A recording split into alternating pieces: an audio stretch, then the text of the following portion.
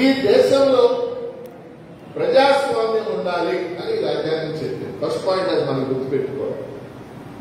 ఎందుకంటే చాలా దేశాల్లో చాలా రకాలు ఉన్నాయి. ఇప్పుడు మళ్ళాగా స్వాతంత్ర్యం పొందిన దేశాలు ప్రపంచంలో 150 ఉన్నాయి. 1945లో ప్రపంచంలో 50 దేశాలే ఉన్నాయి. ఇప్పుడు 200 దేశాలు ఉన్నాయి. మిగిలిన 150 దేశాలు ఇప్పుడు వరుసలుగా ఉన్నాయి అన్నమాట.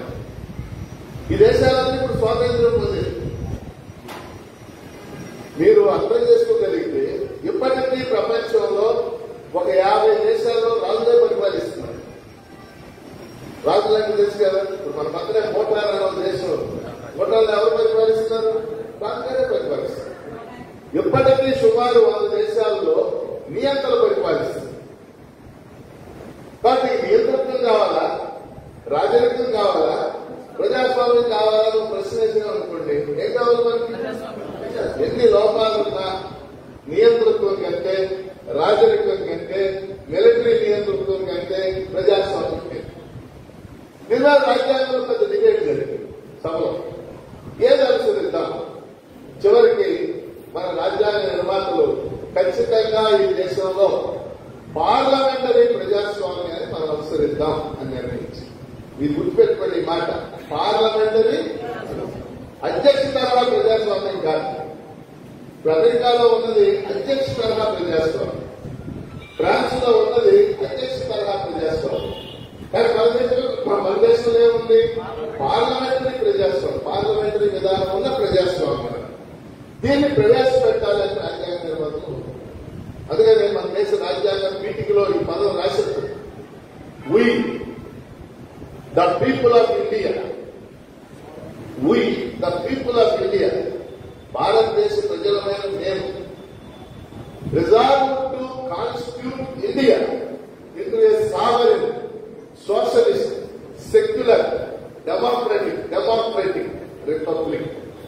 అంటే భారతదేశ ప్రజలమైన మేము మన దేశాన్ని సర్వసత్తాక సామ్యవాద లౌకిక ప్రజాస్వామ్య గణతంత్ర రాజ్యంగా ప్రకటించుకుంటున్నాం. ఇది గొప్ప వాక్యం అన్నమాట పీఠిక. కాబట్టి మన దేశాన్ని మనం పార్లమెంటరీ ప్రజాస్వామ్య రాజ్యంగా రాజ్యాంగం ప్రకటించింది. పార్లమెంటరీ ప్రజాస్వామ్యం ఏముంటది? ఏం చెప్పింది మన రాజ్యాంగం? మన దేశంలో కేంద్ర స్థాయిలో రాజ్యసభ, లోక్సభ ఉండాలి. దీనికి ప్రజాప్రతినిధులను 5 ఏళ్లకు ఒకసారి ఎన్నుకోవాలి. రాష్ట్ర స్థాయిలో శాసనసభ, శాసన మండలి ఉండాలి. ఈ శాసనసభలో కూడా 5 ఏళ్లకు ఒకసారి ఎన్నికలు జరగాలి. శాసన మండలి సభ్యులకి 6 ఏళ్లకు ఒకసారి ఎన్నికలు జరగాలి. ఇంకో మాట చెబుతున్నారు, లోక్సభకి పోటీ చేయాలంటే భారతీయ పౌరుడే 25 సంవత్సరాల వయసు కలిగి ఉండాలి. మీరు ఇక్కడ ఉన్నవాళ్ళు 25 ఏళ్ళు దాటిన వాళ్ళు చేతులు ఎత్తండి ఒకసారి.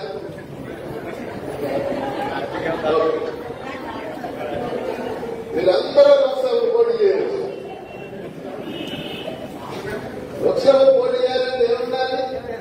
భారతీయ పౌరులు, మనందరం భారతీయ పౌరులు, 25 ఏళ్ళ వయసు ఉండాలి. ఆ డిపాజిట్ ఏదో 5,000 10,000 అది కట్టగలం మనం. మరి వీళ్ళందరూ పోటీ చేయొచ్చు కదా. ఇది జరిగింది. అంటే ఫస్ట్ పాయింట్ మీకు చెప్పదలుచుకుంది, భారత రాజ్యాంగం ఈ దేశంలో పార్లమెంటరీ ప్రజాస్వామ్యాన్ని ప్రవేశపెట్టింది. లోక్సభని, రాజ్యసభని ప్రవేశపెట్టింది కేంద్ర స్థాయిలో.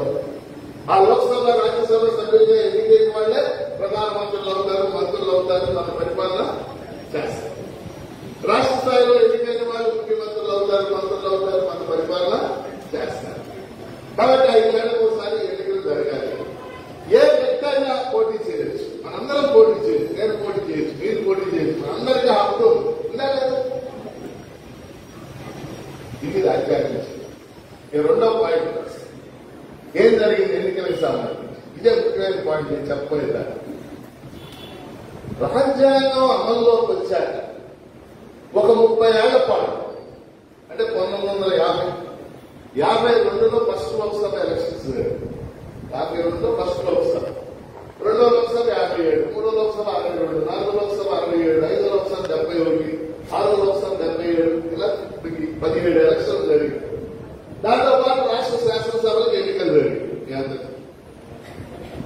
1950 నుంచి 80 దాకా ఈ పీరియడ్ లో మీరు చూస్తే లోక్సభలకు కానీ శాసనసభలకు కానీ నిజాయితీగా ఉండే వ్యక్తులు, రాజకీయ పార్టీల్లో పనిచేసే వ్యక్తులు, సమాజం పట్ల నిబద్ధత కలిగిన వ్యక్తులు వీళ్ళు ఎన్నికవుతా ఉండేవారు. చాలా తక్కువ ఖర్చు పెట్టుకుంటూ ఉండేవారు. అనేక ఉదాహరణలు మీకు చెప్పొచ్చు. ఇప్పుడు ఉదాహరణ మన రాష్ట్ర శాసనసభ మీరు తీసుకోండి. అప్పటి నుంచి ఇప్పుడు దాకా పుచ్చలపల్లి సుందరయ్య 4 సార్లు ఎమ్మెల్యే గెలిచారు. విన్నారు కదా ఆయన పేరు. వాణినాథ గోపాలకృష్ణయ్య ఆయన మన గుంటూరు జిల్లాలో సత్యపల్లి నియోజకవర్గం నుంచి 3 సార్లు ఎమ్మెల్యే గెలిచారు. 2000 ఖర్చు చేసేది. ఎమ్మెల్యేగా ఎన్నుకోవడానికి ఎంత ఖర్చు చేశారు? ఒక కాకి నేను చూశాను. ఆయన అన్ని మధ్య బతికారు. 94 ఏళ్ళు బతికాడు. ఒక కాకి సంచి తగిలించుకుని ఆ సంచి పట్టుకుని ఇంటికి వెళ్ళేవాడు అన్నమాట. నాకు ఒకటి మా అందరం బలపరిచేవాడు. 3 సార్లు గెలిచారు. గౌతుల అక్షర సోంపేట నియోజకవర్గం నుంచి 10 సార్లు గెలిచారు. చెన్నై కృష్ణాలు విశాఖపట్నం నుంచి 6 సార్లు గెలిచారు. మీ కాకినాడ నుంచి ఇక్కడ కాకినాడ నుంచి సిబికే రావు విన్నారంటే ఎవరన్నా గారు? సిబికే రావు ఆయన తక్కువ ఖర్చు ఏది ఖర్చు చేయకుండా గెలిచారు. కరిమల్ గెలిచారు. ఏ పార్టీ వాళ్ళు ఆయన? కాంగ్రెస్ పార్టీలోనూ అలా గెలిచేవాడు, కమ్యూనిస్ట్ పార్టీలో అలా గెలిచేవాడు. ఏ పార్టీ వాళ్ళైనా సరే నిజాయితీ పరులు, నిబద్ధత కలిగిన వాళ్ళు, సమాజం పట్ల ఆసక్తి కలిగిన వాళ్ళు ఈ ఎన్నిక ద్వారా ప్రజలకు మనం సేవ చేద్దాం అని భావించే వాళ్ళు అందరూ గెలుస్తూ ఉండేవారు. లోక్సభలో కూడా అంతే. లోక్సభలో ఎవరు సభ్యులు? ప్రధాన యోధులు Jawaharlal Nehru, doctor BR Ambedkar parliament సభ్యుడిగా చేశాడు, మీకు తెలుసు. ఏకే గోపాలన్, కేరళలో పెద్ద కమ్యూనిస్ట్ లీడర్ ఉండేవాడు ఏకే గోపాలన్. ఆయన లోక్సభకి 6 సార్లు గెలిచి. సమర్ ముఖర్జీ, లేదా భూపేష్ గుప్తా, అలా గొప్ప గొప్ప వాళ్ళు పార్టీల నుంచి గెలిచేవాళ్ళు. ఏం ఖర్చు చేసేవాళ్ళు కాదు, తక్కువ ఖర్చు పెట్టేవాళ్ళు. మొదటి 3 దశాబ్దాలు 3 ముక్కల్లో చెప్పాను, అర్థమైంది కదా? 1 ఖర్చు పెద్ద లేదు, 2 రాజకీయాలనే తమ వృత్తిగా కలిగిన వాళ్ళు, ప్రజాసేవ చేయాలనే అభిలాష ఉన్నవాళ్ళు, నిబద్ధత కలిగిన వాళ్ళే ప్రజాప్రతినిధులుగా మంత్రులుగా ఎన్నికయ్యారు. విలువలు పాటించేవాడు. లాల్ బహదూర్ శాస్త్రి నెహ్రూ మంత్రివర్గంలో రైల్వే మంత్రి. ఒక రైలు యాక్సిడెంట్ జరిగింది, వెంటనే తన పదవికి రాజీనామా చేశారు. ఇప్పుడు 50 యాక్సిడెంట్లు జరిగినా ఆయన రాజీనామా చేయడు ఇప్పుడున్న మంత్రి. చూసా, ఇది గతం. ఎక్కడ పెద్ద మార్పు జరిగింది? ఇది మీరు గుర్తుపెట్టుకోవాల్సిన విషయం. ఇది ఎక్కడ పెద్ద మార్పు జరిగింది? ఇక్కడ ఉన్న వాళ్ళందరూ ఇది ఆలోచించాల్సిన విషయం అదే. 1991లో భారతదేశంలో ఆర్థిక సంస్కరణలు ప్రవేశపెట్టారు. ఏం ప్రవేశపెట్టారు? ఆర్థిక సంస్కరణకు అనేక పేర్లు ఉన్నాయి, మీరు వినుంచారు. సరళీకృత ఆర్థిక విధానాలు అంటాం. ఇంగ్లీష్లో చెప్పాలంటే ఎల్పిజి అంటారు. Liberalisation, privatisation, globalisation. ఆర్థిక సంస్కరణలకి రాజకీయాలకు సంబంధం ఏంటి? వాస్తవంగా ఆర్థిక సంస్కరణల వల్ల సంపద పెరిగింది, అది పెరిగింది, ఇది పెరిగింది ఎన్ని చెప్పినా పెద్ద నష్టం ఏంటంటే భారతదేశ రాజకీయాలు కార్పొరేట్ రూపాన్ని తీసుకుని. ఇప్పుడున్న రాజకీయాలని ఏ రాజకీయాలు అంటున్నాం? కార్పొరేట్ రాజకీయాలు అంటాం.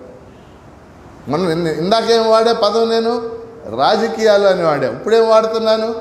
కార్పొరేట్ రాజకీయాలు అంటే ఏంటి? కార్పొరేట్ సంస్థలు, పెద్ద పెద్ద సంస్థలు. అదాని ఒక కార్పొరేట్, అంబానీ ఒక కార్పొరేట్ అని మనకు తెలిసిన పేర్లు, మహేంద్ర ఒక కార్పొరేట్. ఇలాంటి కార్పొరేట్ సంస్థలు నియంత్రణ చేసే రాజకీయాలు వచ్చేసి ఏం జరిగింది దీనివల్ల? 1990 ఈ 3 దశాబ్దాల్లో భారతదేశ రాజకీయ వ్యవస్థ చాలా పెద్ద మార్పుకు గురైంది అన్నమాట. ఆ మార్పు ఏంటంటే రాజకీయాలు రాజకీయ స్వరూపాన్ని కోల్పోయి ఏ స్వరూపాన్ని సంతరించుకున్నాయి? వ్యాపార స్వరూపాన్ని సంతరించుకున్నాయి. రాజకీయ పార్టీలు కూడా దానికి అనుగుణంగా పనిచేయటం ప్రారంభించింది. ఇది ఈరోజు జరిగినటువంటి పెద్ద మార్పు. దీన్ని మనం అర్థం చేసుకోవాలి. ఎందుకంటే మీరు గుర్తుపెట్టుకోండి, ఒక సామాజిక వ్యవస్థలో, ఒక ఆర్థిక వ్యవస్థలో, ఒక విద్యా వ్యవస్థలో మార్పులు వచ్చినాయని మనం వాపోతా ఉంటాం. కానీ ఈ మార్పులన్నిటికీ అవసరమైన నిర్ణయాలు ఎక్కడ చేయబడతాయి? పార్లమెంట్ అంటే రాజకీయ వ్యవస్థ, అంతే కదా, రాజకీయ వ్యవస్థలో చేయబడుతుంది. రాజకీయ వ్యవస్థ కార్పొరేటైజ్ అయ్యాక ఇంకే వ్యవస్థ నిలబడదు. మీరు గుర్తుపెట్టుకో, ఇంకే వ్యవస్థ నిలబడదు. ఆ రోజుల్లో ప్రజాసేవ దృక్పథం కలిగిన వాళ్ళే కాకుండా స్టూడెంట్స్ ఎన్నికలు జరిగాయి. విశ్వవిద్యాలయాల్లో స్టూడెంట్ ఎన్నికలు జరిగాయి. నేను కూడా ఎన్నికల్లో పోటీ చేశాను ఆంధ్ర యూనివర్సిటీలో. ఆ ఎన్నికల ద్వారా అక్కడ లీడర్షిప్ ఎమర్జ్ అవుతూ ఉండేది. ఎక్కడ? యూనివర్సిటీ. మన ఆంధ్రప్రదేశ్లో అన్ని రాజకీయ పార్టీల నాయకులు ఇప్పుడు యూనివర్సిటీల నుంచి వచ్చిన వాళ్ళే. చంద్రబాబు నాయుడు వెంకటేశ్వర యూనివర్సిటీలో ఆయన స్టూడెంట్ యూనియన్ లీడర్గా పనిచేశాడు. వెంకయ్య నాయుడు ఆంధ్ర యూనివర్సిటీలో స్టూడెంట్ యూనియన్ లీడర్గా పనిచేశాడు. జిఎంసి బాలయోగి, మన తూర్పుగోదావరి ఆయన బాలయోగి ఉన్నాడు కదా, మాజీ స్పీకర్ గారు, చనిపోయారు. ఆయన ఆంధ్ర యూనివర్సిటీలో ఎంఏ పాలిటిక్స్ బిఏలో చదువుకున్నాడు. అప్పుడే ఆయన ఎన్నికల్లో పోటీ చేశాడు. ఇప్పుడు తెలుగుదేశంలో ఉన్న కళా వెంకటరావు స్టూడెంట్ యూనియన్ నుంచి వచ్చాడు. ఇప్పుడు సిపిఎం లీడర్గా ఉన్న బివి రాఘవులు ఆంధ్ర యూనివర్సిటీలో స్టూడెంట్ యూనియన్ ఎలక్షన్లో పోటీ చేసి ఓడిపోయాడు. అది వేరే విషయం. సిపిఐ నారాయణ స్టూడెంట్ యూనియన్లో పోటీ చేశాడు. అంటే స్టూడెంట్స్ యూనియన్స్కి కూడా ఎలక్షన్స్ జరిగాయి. ఆ ఎలక్షన్స్ నుంచి లీడర్స్ ఎమర్జ్ అయ్యేవాళ్ళు. ఈరోజు అది కూడా లేనటువంటి పరిస్థితి. ఇప్పుడు నేను చెప్పిన లీడర్స్ అంతా కరెక్టా కాదా? అలా వచ్చినటువంటి వాళ్ళే కదా. అనేక మంది ఎర్రమనాయుడు అని ఉండేవాడు తెలుగుదేశంలో, మీకు గుర్తుంది కదా, పెద్ద లీడర్ అయ్యాడు ఆయన వాస్తవంగా నా ప్యానల్లో ఆయన గేమ్స్ ప్రెసిడెంట్. నేను స్టూడెంట్ యూనియన్ లీడర్గా నేను గెలిచినప్పుడు ఎస్ఎఫ్ఐ తరఫున ఆయన నా ప్యానల్లో గేమ్స్ ప్రెసిడెంట్. అయితే నేను తెలుగుదేశంలో చేరలేదు కాబట్టి ఇలా ఉండిపోయాను మామూలుగా మీ దగ్గర. ఆ టైంలో నాతో పాటు చదువుకున్న వాళ్ళు చాలామంది అప్పుడే రామారావు గారు కొత్తగా పార్టీ పెట్టాడు. వాళ్ళందరూ తెలుగుదేశం, కళా వెంకటరావు, బాలయోగి, ఎర్రమనాయుడు, లెక్చరర్గా ఉన్నవాళ్ళు కూడా చాలామంది తెలుగుదేశంలో చేరిపోయారు. వాళ్ళు అందువల్ల డెవలప్ అయ్యి ఇప్పుడు మనకేం నష్టమేం లేదు. ఇప్పుడు ఈ కీలకమైన అంశాన్ని ఇప్పుడు చెప్పబోయేదాన్ని మీరు అందరూ అర్థం చేసుకో. రాజకీయాలు వ్యాపారీకరణ చెందాక, రాజకీయాలు కార్పొరేటీకరణ చెందాక మొత్తం రాజకీయ వ్యవస్థలో పెద్ద మార్పు వచ్చేసింది. రాజకీయ పార్టీలు కూడా దానికి ప్రభావితమైపోయాయి. కాబట్టి గత 2-3 దశాబ్దాలుగా ఏం జరుగుతుంది ఈ దేశంలో? రాజకీయ పార్టీల తరఫున పోటీ చేసే ప్రజాప్రతినిధులు వాళ్ళు ప్రజాసేవ చేయక్కర్లేదు, వాళ్ళకి నిబద్ధత ఉండాల్సిన అవసరం లేదు, వాళ్ళు రాజకీయాలని తమ జీవిత లక్ష్యంగా తీసుకోవాల్సినటువంటి అవసరం లేదు, నేను జీవితాంతం ప్రజల కోసం పనిచేస్తాను అని చెప్పాల్సిన అవసరం లేదు. ఏముండాలా? లోక్సభకు పోటీ చేయాలంటే 70 నుంచి 100 కోట్లు నువ్వు ఖర్చు పెట్టగలవా? శాసనసభకు పోటీ చేయాలంటే 10 నుంచి 15 నుంచి 20 కోట్లు నువ్వు ఖర్చు పెట్టగలవా? వాళ్ళకే మేము టికెట్లు ఇస్తాం. ఇది ప్రజాస్వామ్యమా? దీన్ని అంబేద్కర్ ఆశించాడా? ఇప్పుడు మన రాష్ట్రంలో జరుగుతుంది అదే కదా. గత 30 ఏళ్ళుగా జరుగుతున్న స్టోరీ ఏంటి? ఆ పార్టీ ఈ పార్టీ అనుకోకండి, ప్రధాన పార్టీలన్నీ. ఇప్పుడు మన రాష్ట్రంలో తెలుగుదేశం పార్టీ క్యాండిడేట్స్ని మీరు చూడండి, లేదా వైఎస్ఆర్సీపీ పార్టీ క్యాండిడేట్స్ని, 3 పార్టీలే కదా ముఖ్యమైనవి, లేదా జనసేన పార్టీ క్యాండిడేట్లు మీరు చూడండి. గుంటూరులో గత 2 సార్లు ఎంపీగా గల్లా జయదేవ్ అని ఆయన గెలిచారు. నేను పేర్లు ఓపెన్గా చెప్తున్నా, పెద్ద భయపడాల్సిన విషయం ఏం లేదు ఇందులో. విన్నారు ఈ పేరు మీరు? గల్లా జయదేవ్ పెద్ద పారిశ్రామికవేత్త, అమరరాజా బ్యాటరీస్ యొక్క అధిపతి ఆయన. మీరు నమ్మరు, గత 10 ఏళ్లలో ఆయన గుంటూరు 10 సార్లు కూడా రాలి. వాళ్ళు గుంటూరు ప్రజలు ఆయన ఎవరు చూడలే. కానీ ఆయన బ్యాటరీల వ్యాపారం విస్తరించడానికి ఈ పదవి దోహదపడి గుంటూరు నియోజకవర్గానికి సంబంధించి ఆయన ఒక పని కూడా చేసింది నాకైతే తెలియదు. నేను ఒక ఎమ్మెల్సీగా ఆయన్ని 6 సార్లు కలవటానికి ట్రై చేశాను. వచ్చాడా సార్ ఢిల్లీలో ఉన్నాడు, వచ్చాడా సార్ మద్రాసులో ఉన్నాడు, ఈ ఆశ. సరే ఇప్పుడు ఆయన వదిలిపోయాడు. ఇప్పుడు గుంటూరులో పోటీ చేయబోతున్న తెలుగుదేశం అభ్యర్థి పేరు పెమ్మసాని చంద్రశేఖర్. ఆయన 30 ఏళ్ల క్రితం అమెరికా వెళ్ళిపోయాడు, ఓ 1000 కోట్లు సంపాదించి. ఇప్పుడు సడన్గా ఆయన వచ్చేసి ఆయనకి టికెట్ ఇచ్చాడు ఇప్పుడు చంద్రబాబు నాయుడు. ఏమిటి ఆయనకి టికెట్ ఇవ్వడానికి ఉన్న ప్రధానమైన కారణం ఏంటి? 100 కోట్లు 7 అసెంబ్లీ సభ్యుల యొక్క డబ్బు ఖర్చు పెట్టడానికి ఆయన సిద్ధమైపోయాడు. 7 ఉంటారు కదా అసెంబ్లీ. ఇప్పుడు ఆయన గెలిచాడు అనుకోండి, దొరకడు. ఓడిపోయాడు అనుకోండి, ఏమంటే ఫ్లైట్ ఎక్కుతుంది. అంటే ఆయన కాదు, అలాంటి వాళ్ళు మీకు 100 ఉదాహరణలు చెప్తారు. 2 ఎలక్షన్ల క్రితం చంద్రబాబు నాయుడు అశ్విని దత్ అని ఆయన నిలబెట్టాడు. ఆయన సినిమా ప్రొడ్యూసర్. ఆయనకి తెలుగుదేశానికి ఏం సంబంధం? ఆయన జెండా మోసాడా? ఆయన తన్నులు తిన్నాడా? ఆయన ఏమైనా కోర్టు కేసులు పెట్టించుకున్నాడా? ఏం లేదు కదా. ఇలా మీరు చెప్తే ఉదాహరణ అభ్యర్థులు వైఎస్ఆర్ కాంగ్రెస్ పార్టీ దానికి భిన్నంగా ఏం లేదు. ఆయన కార్పొరేట్లుగా అనేక చోట్ల టికెట్లు ఇవ్వటం ఉదాహరణతో సహా మనం ఇప్పుడు జనసేన పార్టీ కూడా అనేక మంది జనంతో సంబంధం లేని వాళ్ళకి ఇవాళ లిస్టు రిలీజ్ చేశారు. మీకు కూడా తెలుసు, ఈ ప్రాంతంలో కూడా లిస్ట్ అంతా మీరు చూసి ఉంటారు. ఏమిటి దీనివల్ల సాధించే ఎన్నికల యొక్క ఉద్దేశం ఏంటి? ప్రజాప్రతినిధులు ఏం చేయాలా? ప్రజలకు సేవ చేయాలా? నువ్వు ప్రజలకు అందుబాటులో ఉండకుండా నా వ్యాపారం చేసుకోవడానికి, నా వ్యాపారాన్ని పెంచుకోవడానికి నేను ఈ ఎన్నికలను ఉపయోగించుకుంటాను. ఇప్పుడు ఇందాక 25 ఏళ్ళు దాటిన వాళ్ళు ఎంతమంది అంటే మీరు అందరూ చేతులు ఎత్తారు కదా. ఇప్పుడు మీరు భారతీయ పౌరులు 25 ఏళ్ళు దాటిన వాళ్ళు, మీలో 10 కోట్లు ఖర్చు పెట్టాక ఎంతమంది సిద్ధంగా ఉన్నారు? చేతులు ఎత్తారు. 10 కోట్లు ఒక చేయి కూడా లే, అంతే. మరి ఏమిటి రాజ్యాంగంలో రాసిన దానికి ఇంకా అర్థం ఏంటి? రాజ్యాంగంలో రాసిన దానికి ఇంకా అర్థం ఏంటి? భారతీయ పౌరుడే 25 సంవత్సరాలు. నాకు రాసి ఉంది, మీకు రాసి ఉంది, తప్పే ఉంది. ఎవరైనా పోటీ చేయొచ్చు. రాజ్యాంగం మనకు అవకాశం ఇచ్చింది. రాజ్యాంగం గొప్పదనం అదే కదా. రాజ్యాంగం రాసినప్పుడు నేను చాలా చోట్ల చెప్తూ ఉంటాను. రాజ్యాంగం రాసినప్పుడు డాక్టర్ అంబేద్కర్ ఏం చేశాడు తెలుసా? ఆర్టికల్ 14 చట్టం ముందు పౌరులందరూ సమానులే. భారతదేశ చరిత్రలో మొట్టమొదటిసారిగా చట్టం ముందు పౌరులందరూ చెప్పిన ఏకైక డాక్యుమెంట్ రాజ్యాంగం మాత్రమే. అంతకుముందు ఎవరు చెప్పలే. ఆర్టికల్ 15 పౌరుల మధ్య కుల మత వర్గ లింగ వివక్ష చూపించకూడదు. దీనికంటే ఒక ముఖ్యమైన ఆర్టికల్ ఉంది. అంబేద్కర్ని విమర్శించారు కూడా కొంతమంది. ఆర్టికల్ 326 కుల మత వర్గ లింగ భేదాలు లేకుండా 18 సంవత్సరాలు నిండిన వాళ్ళు అందరూ ఓటు హక్కు కలిగి ఉంటారు.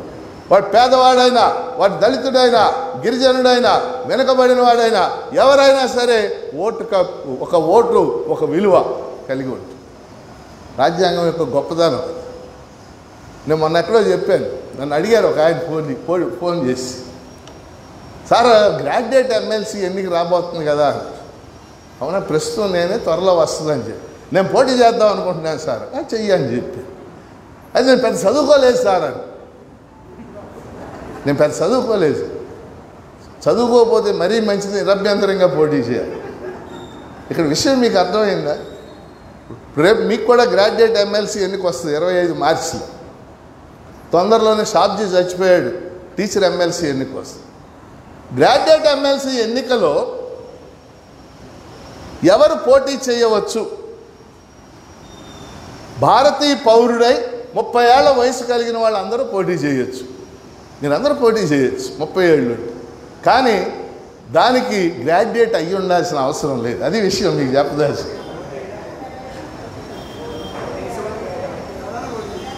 సత్యరాజు గారు విషయం అర్థమైందా? గ్రాడ్యుయేట్ కావక్కర్లా, ఓటు వేసేవాడు. చాలామంది దీన్ని విమర్శిస్తారు. నేనేమంటానంటే that is the greatness of the constitution. రాజ్యాంగానికి గ్రాడ్యుయేట్ అయినా, కానోడైనా, పేదోడైనా ఒకటి.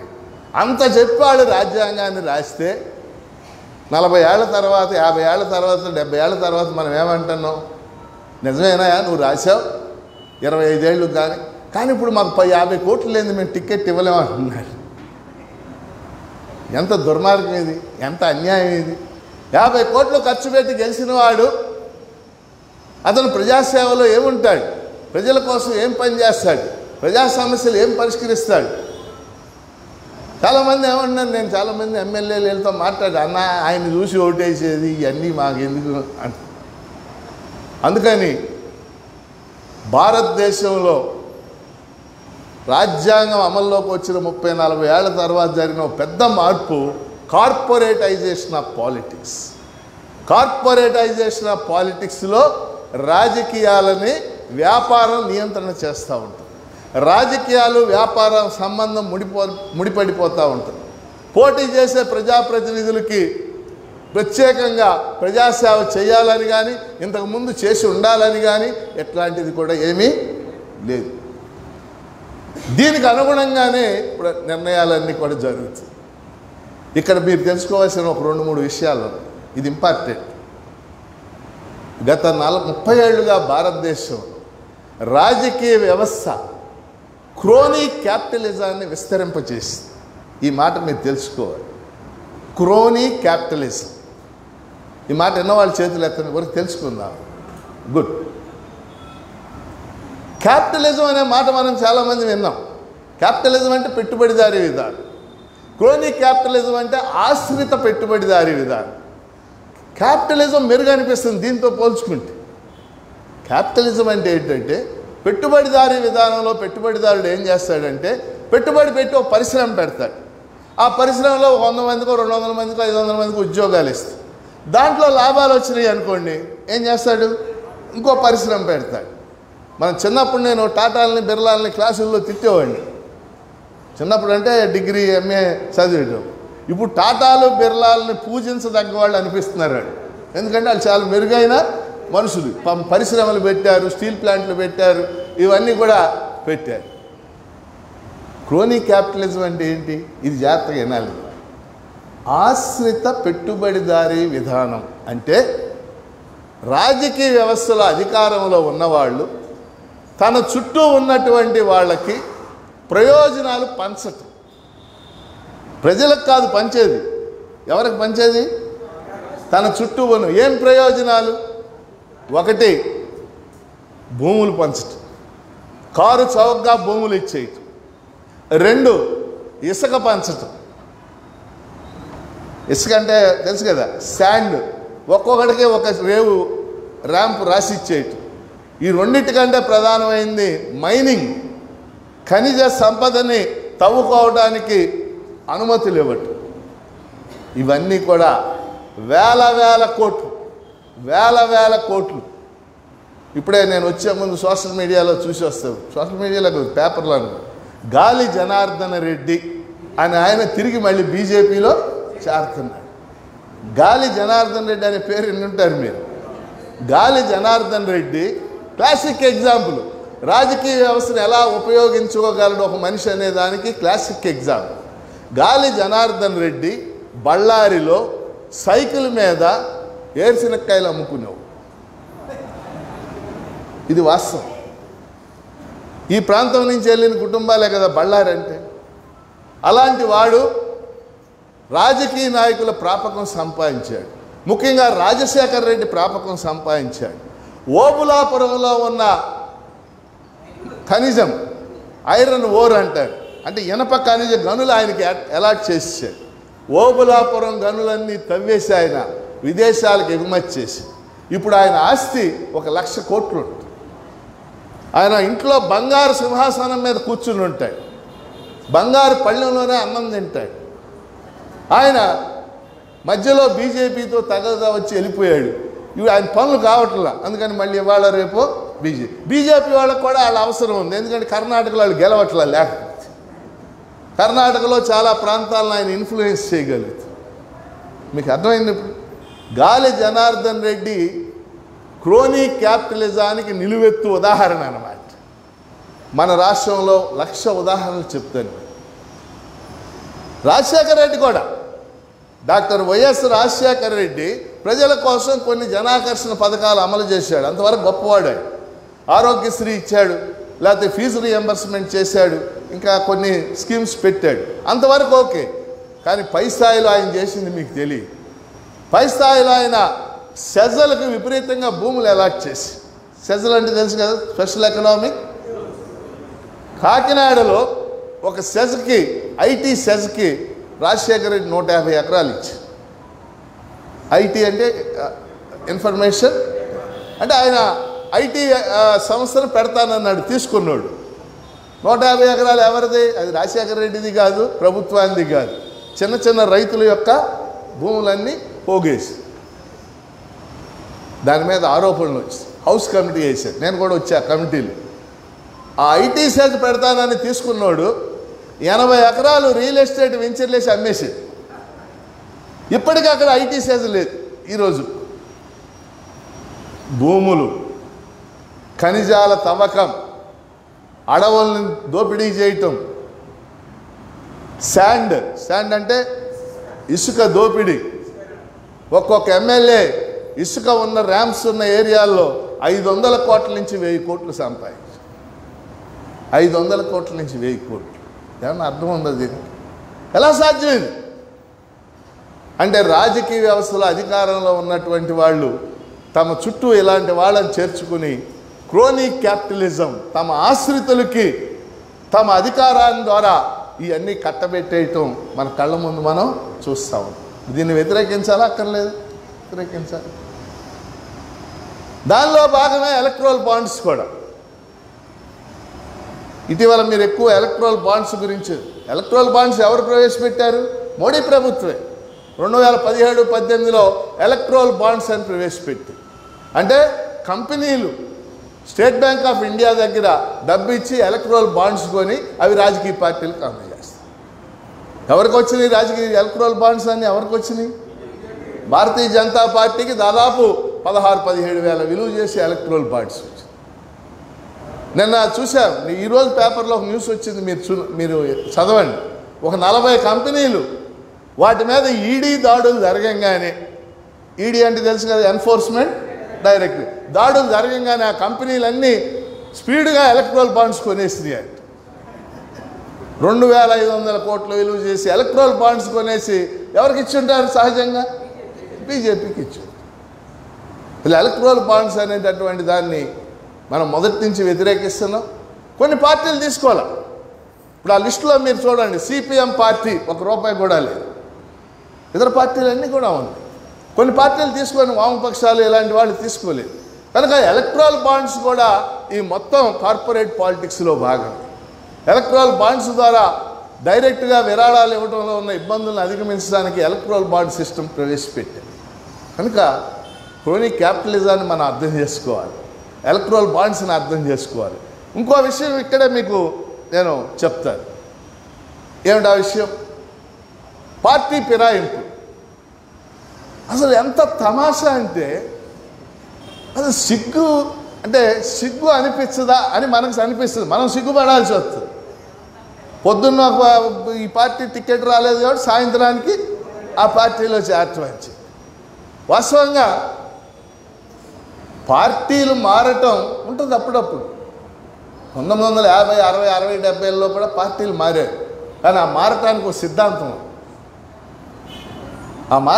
సిద్ధాంతం, మీకు రాజాజీ అని ఉండేవాడు. ఎన్నారు పేరు? రాజాజీ, సి రాజగోపాల్. ఆయన గాంధీ గారికి వియంకుడు, మహాత్మా గాంధీకి స్వయంగా వియంకుడు రాజాజీ.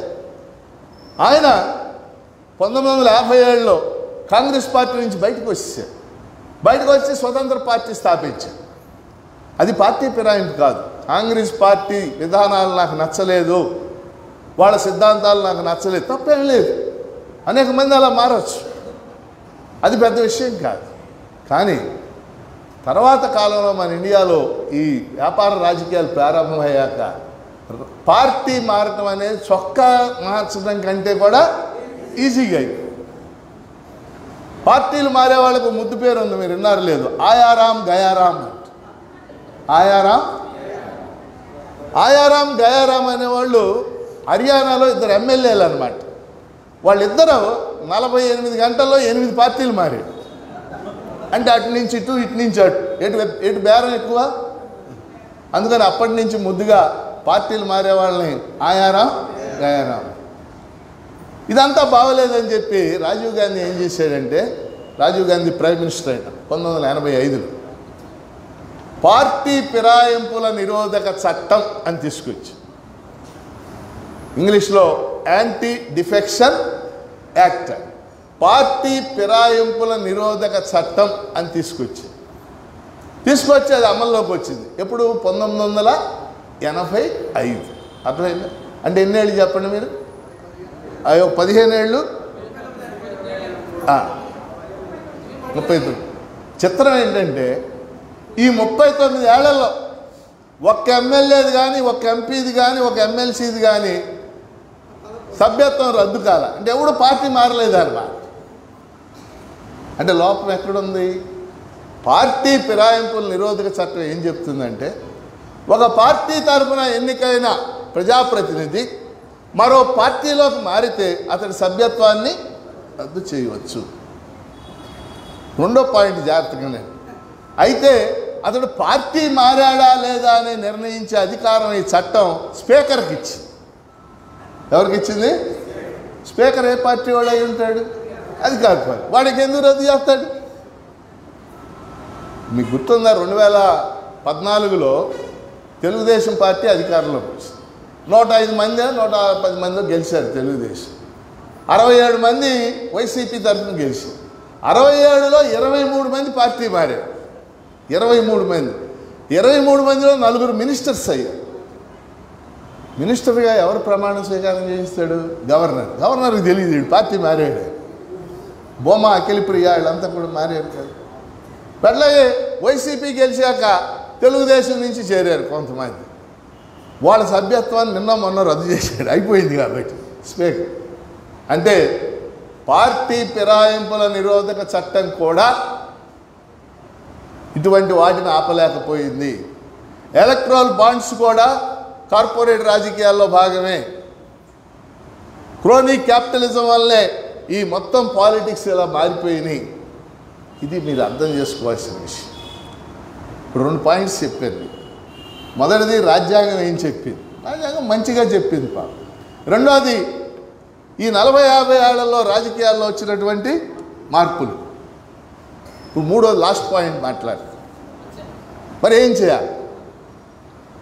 నిజమే వాపోతున్నాం, మనందరం వాపోతున్నాం. అవునా? నేను ఇప్పుడు 3వసారి ఎమ్మెల్సీగా ఉన్నాను. ఏదైనా అవకాశం వస్తే లోక్సభకు పోటీ చేయాలని నాకు కూడా ఉంది. నిజానికి చెప్తున్నాను. కానీ పోటీ చేయలేను. ఎందుకని? 100 కోట్లు కావాలి. మీకు లేదా ఏంటి? ఉంటుంది కదా. 100 కోట్లు మనం ఎక్కడ తెస్తాం? ఎలా పోటీ చేస్తాం? సో దీనివల్ల జరుగుతున్న నష్టాలు ఏంటంటే, మొదటి నష్టం ప్రజాస్వామ్యం అంటేనే ఒక దురభిప్రాయం, ప్రజాస్వామ్యం అంటేనే ఒక వ్యతిరేకత వచ్చేస్తుంది ప్రజల్లో క్రమక్రమంగా.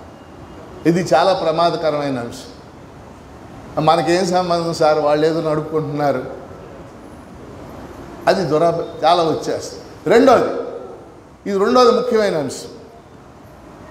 సమాజంలో ప్రజల కోసం పనిచేసేవాడు, సామాజిక కార్యకర్తలు, నిజాయితీ పరులు, సిద్ధాంతాలు కలిగిన వాళ్ళు, నిబద్ధత కలిగిన వాళ్ళు, వీళ్ళెవరూ కూడా ఈ ఎన్నికల్లో పోటీ చేయడానికి అవకాశం ఉండటం. మూడో నష్టం చిన్న పార్టీలు, వామపక్ష పార్టీలు ఉన్నాయి, సిపిఐ, సిపిఎం, ఇంకొకళ్ళు, లేకపోతే ఇతర చిన్న పార్టీలు. ఈ పార్టీలు ఏవి కూడా ఈ వ్యవస్థలో, ఈ సిస్టంలో నిలబడేటటువంటి పరిస్థితి. వాళ్ళతో ఎక్కడ పోటీ చేసి గెలవగలరు? 5 కోట్లు, 10 కోట్లు, 50 కోట్లు ఆలయాన్ని ఖర్చు పెడతారు.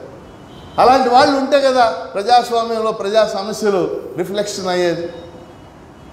ఇవన్నీ నష్టాలే కదా. ఇవన్నీ నష్టాలు అయినప్పుడు ప్రజాస్వామ్యం ఆరోగ్యకరంగా నడవటం లేదనేది మనకు అర్థమవుతాం. ఎవరు నిలదీస్తారు? ఈ అక్రమ మైనింగ్ని ఎవరు నిలదీస్తారు? ఈ అక్రమ ఇసుక దోపిడీని ఎవరు నిలదీస్తారు? ఈ అక్రమంగా అడవుల్ని దోపిడీ చేయడాన్ని ఎవరు నిలదీస్తారు? అక్రమంగా భూముల పంపిణీని ఎవరు నిలదీస్తారు? ఇది ప్రస్తుతం మన దేశంలో ఉన్న పరిస్థితి. మరి ఏం చేయాలి? ఇదంతా నేను చెప్పిందంతా కరెక్టే. ఏం చేయాలి? నేను ఒక పొలిటికల్ సైన్స్ లెక్చరర్గా, ఈ పాలిటిక్స్ ఫాలో అవుతున్నటువంటి వ్యక్తిగా, నిజంగా రాజ్యాంగ నిర్మాతలు ఏవైతే చెప్పారో, ప్రజలకు అందుబాటులో ఉండేలా చెప్పారో అది జరగాలంటే ఒక 3-4 సంస్కరణలు, ఎన్నికల సంస్కరణలు అవసరమని చెప్పి నేను భావిస్తున్నా. 3వ పాయింట్ వస్తున్నా. మొదటి సంస్కరణ, ప్రస్తుతం ఉన్నటువంటి ఎన్నికల వ్యవస్థ స్థానంలో దామాషా పద్ధతి అని ప్రవేశపెడితే కొంత ఈ అడావిడి తగ్గడానికి అవకాశం ఉంటుంది అని. ప్రస్తుతం మన దేశంలో ఉండే ఎన్నికల విధానాన్ని ది పోస్ట్ పాస్ట్ సిస్టమ్ అంటారు. ఈ విధానం కేవలం బ్రిటన్లో, మన దేశంలో మాత్రమే ఉంది.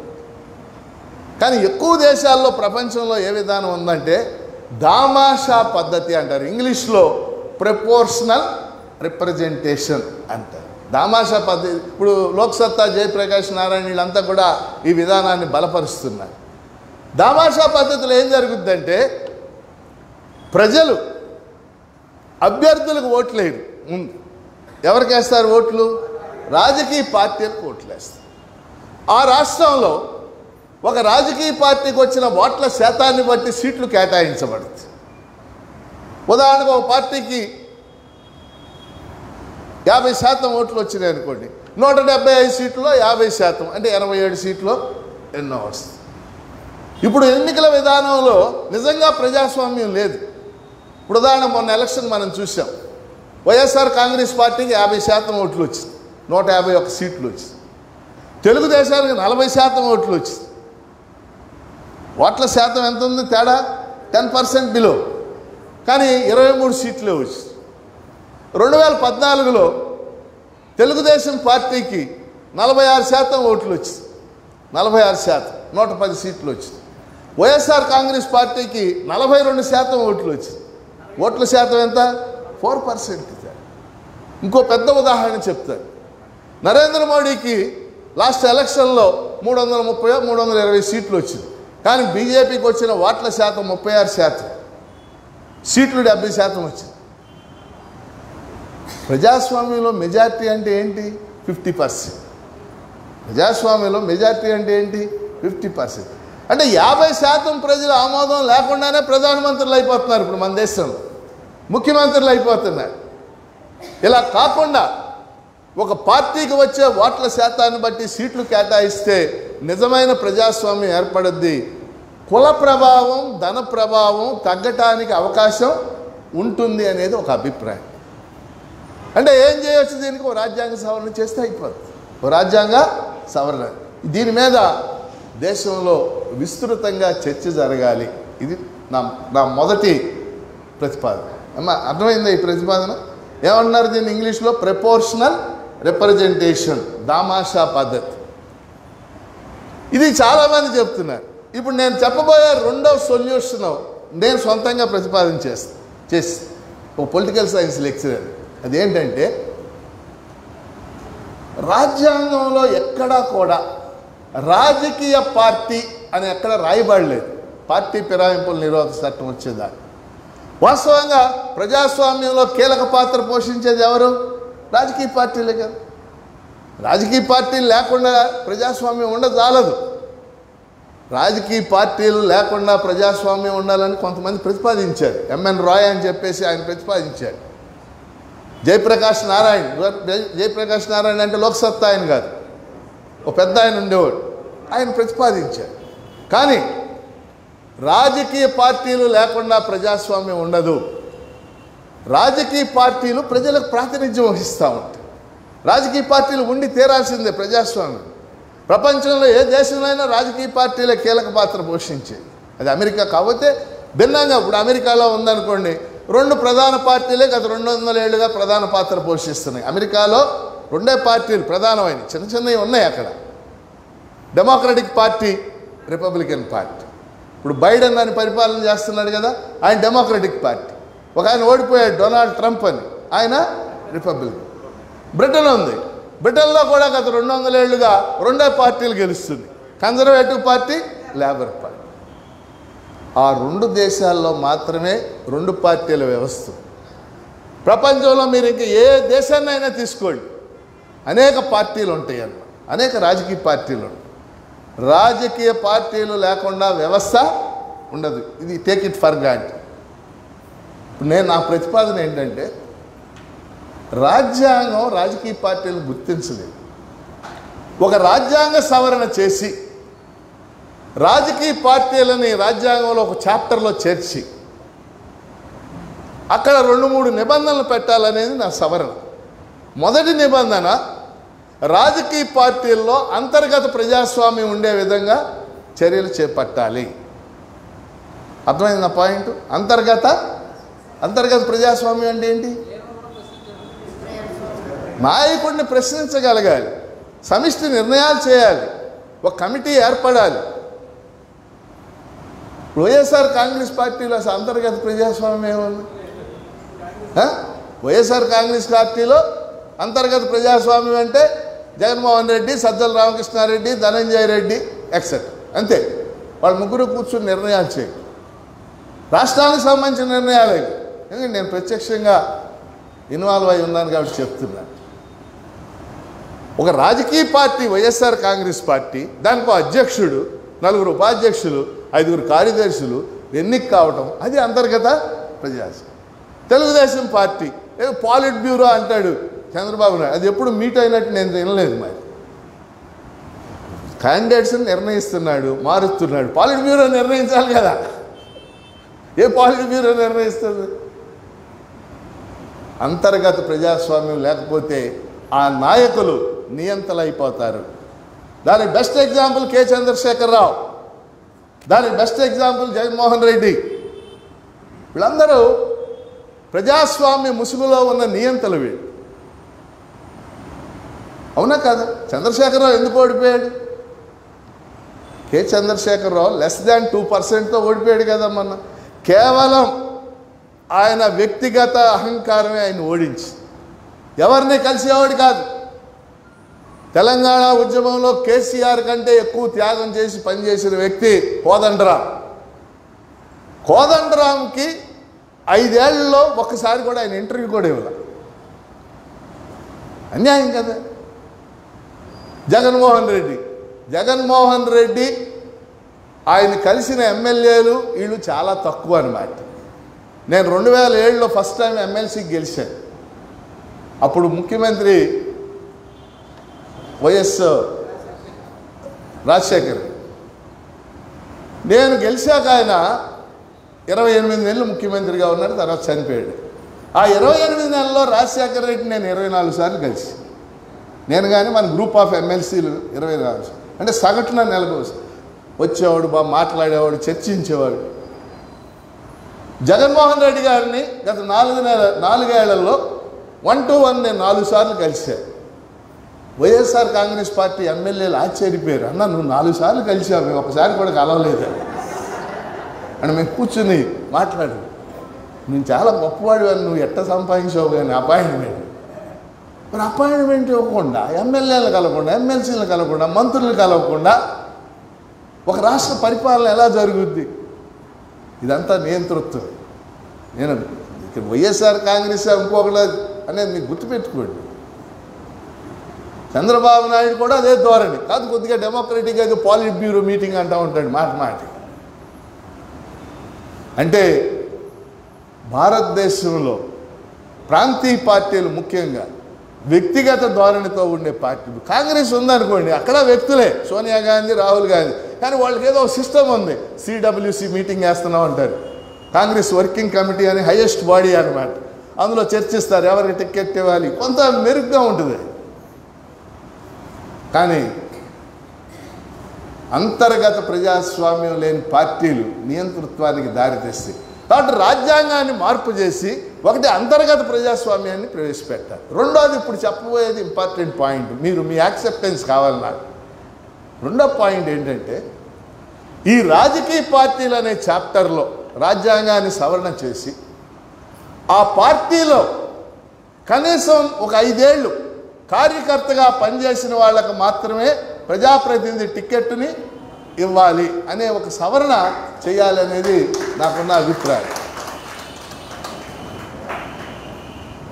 అరే 5 ఏళ్ళు వాళ్ళు అధికారంలో లేరు, ప్రతిపక్షంలో ఉన్నారు, కేసులు పెట్టించుకున్నారు, తన్నులు తిన్నారు, అరెస్టులు అయ్యారు.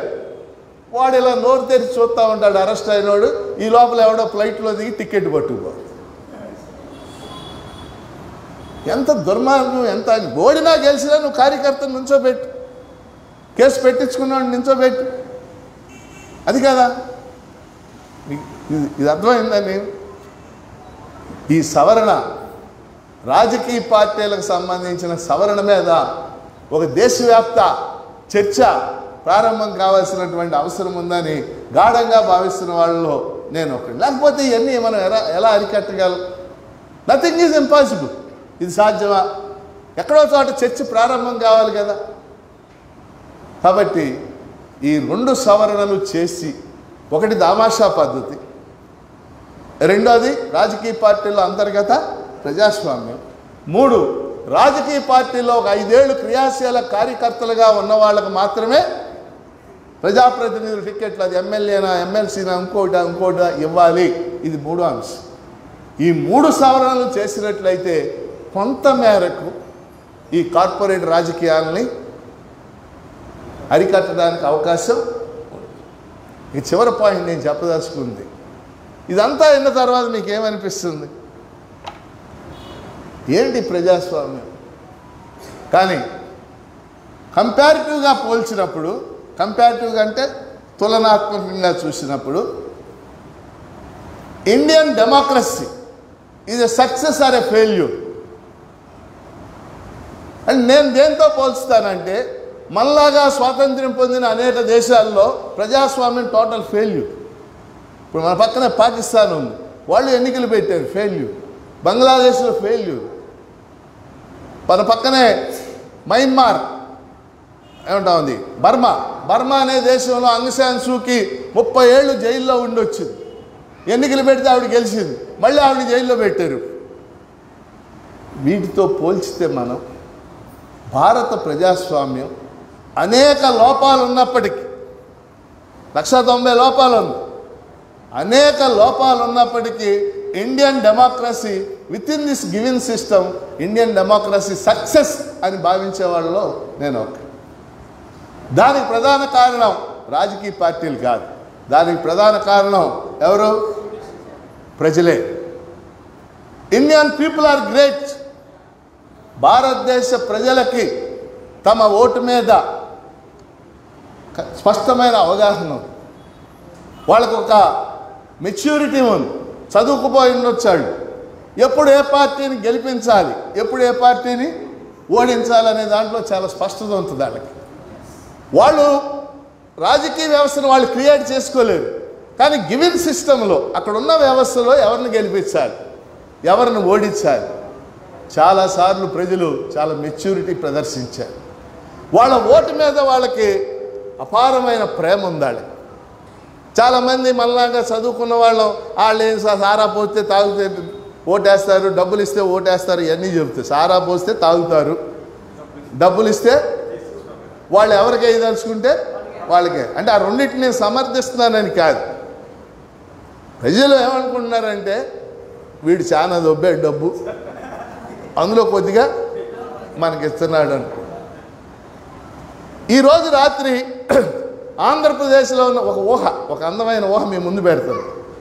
ఆంధ్రప్రదేశ్లో ఉన్న రాజకీయ పార్టీలన్నీ ఒక సమావేశం పెట్టుకుని, జగన్మోహన్ రెడ్డి, చంద్రబాబు నాయుడు, పవన్ కళ్యాణ్, వీళ్ళు ఒక సమావేశం పెట్టుకుని, మనం ఈసారి ఎన్నికల్లో ₹1 కూడా పంచొద్దు జనానికి అని ఒక నిర్ణయం చేశారు అనుకోండి.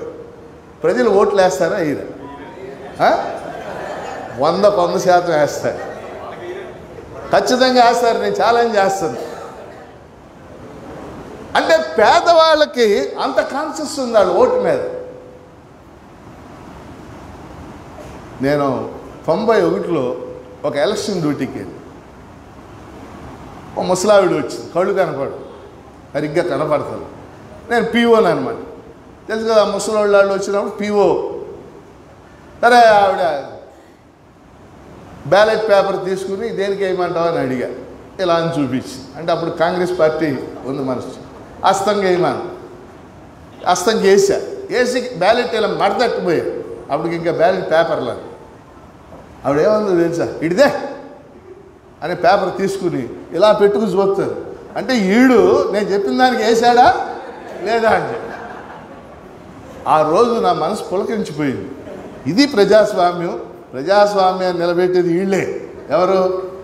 పేదవాళ్ళు, ప్రజలు. వాళ్ళు నిలబెడతారు. అలాంటి మెచ్యూరిటీ ఇండియన్ ఓటర్లు చాలాసార్లు ప్రదర్శించారు. 1975లో ఇందిరాగాంధీ ఎమర్జెన్సీ పెట్టింది. ఎమర్జెన్సీ అంటే మీకు తెలుసు కదా, నియంతృత్వం. ఫండమెంటల్ రైట్స్ సస్పెండ్ అయిపోయినాయి. ఇంక ఈ దేశంలో ప్రజాస్వామ్యం ఉంటుందా లేదా అనేటటువంటి పరిస్థితి.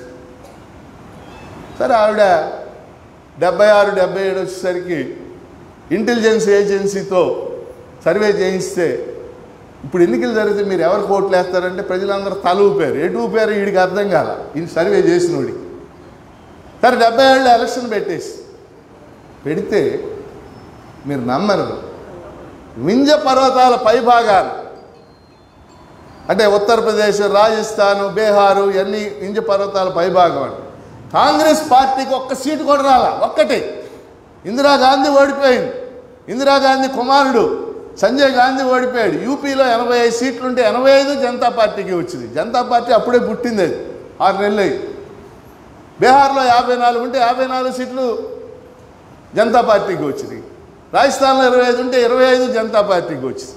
సౌత్లో మాత్రమే కాంగ్రెస్కి వచ్చింది. ఎందుకంటే సౌత్లో ఎమర్జెన్సీ ప్రభావం పెద్దగా. ప్రజాస్వామ్యాన్ని ఎవరు రక్షించుకున్నారు? ప్రజలు రక్షించుకున్నారు. అనేక ఉదాహరణలు మనం చెప్పొచ్చు ప్రజల మెచ్యూరిటీ గురించి. ఢిల్లీలో ఒకసారి ఎలక్షన్ జరిగింది, లోక్సభ ఎలక్షన్ జరిగింది. ఢిల్లీలో 7 లోక్సభ సీట్లు ఉంటాయి, 7 బీజేపీ గెలిచి. అది జరిగిన 2 నెలలకే అసెంబ్లీకి ఎన్నికలు జరిగింది. అసెంబ్లీలో ఢిల్లీ అసెంబ్లీలో 70 సీట్లు ఉంటాయి. 70లో 67 ఆమ్ ఆద్మీ పార్టీకి వచ్చింది. 2 నెలల క్రితం 7 అటు గెలిపిస్తుంది, 2 నెలలు అవ్వగానే ఇటు గెలిపిస్తుంది. ఏమిటి? వాటికో లెక్క ఉంది.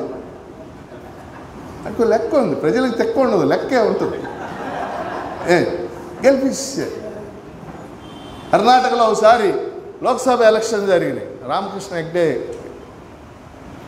కర్ణాటకలో 28 లోక్సభ సీట్లు ఉన్నాయి, 27 కాంగ్రెస్కి వచ్చినాయి, 1 జనతా పార్టీకి వచ్చింది. అది జరిగిన 2 నెలలకి అసెంబ్లీ ఎన్నికలు జరిగింది.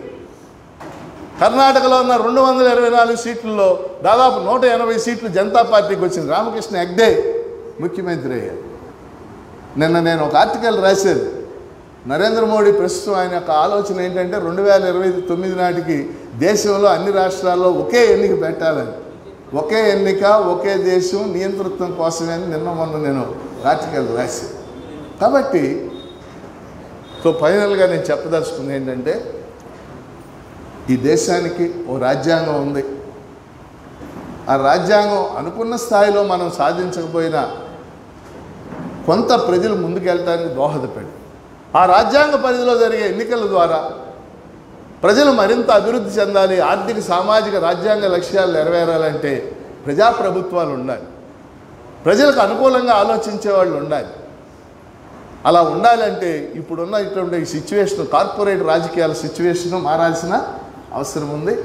దానికోసం మనం ఏమీ నిరాశపడాల్సిన అవసరం లేదు. దానికోసం మనం ఆశతో ఒక ప్రయత్నం మనం పౌర సమాజం నుంచి చేయాల్సిన అవసరం ఉందని తెలియజేస్తూ మీ అందరికీ ధన్యవాదాలు.